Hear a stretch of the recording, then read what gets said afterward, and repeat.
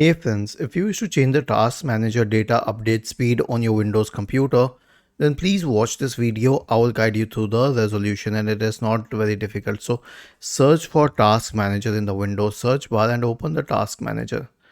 Okay, now this is the data update speed. As you can see, the speed with which the data is updating. Now personally, I think that this is sufficient, but if you want to increase this for some reason, then go to the settings panel. The settings option is at the left bottom corner, and then in the right pane you'll find something called as the real-time update speed. Change it from normal to high and then go to the processes tab.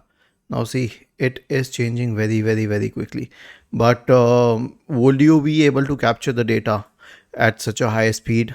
Well, it depends. So I prefer to keep it at normal, but if you want it higher, then it's okay. This can help you with a lot more information if this is what you really want. Was this helpful?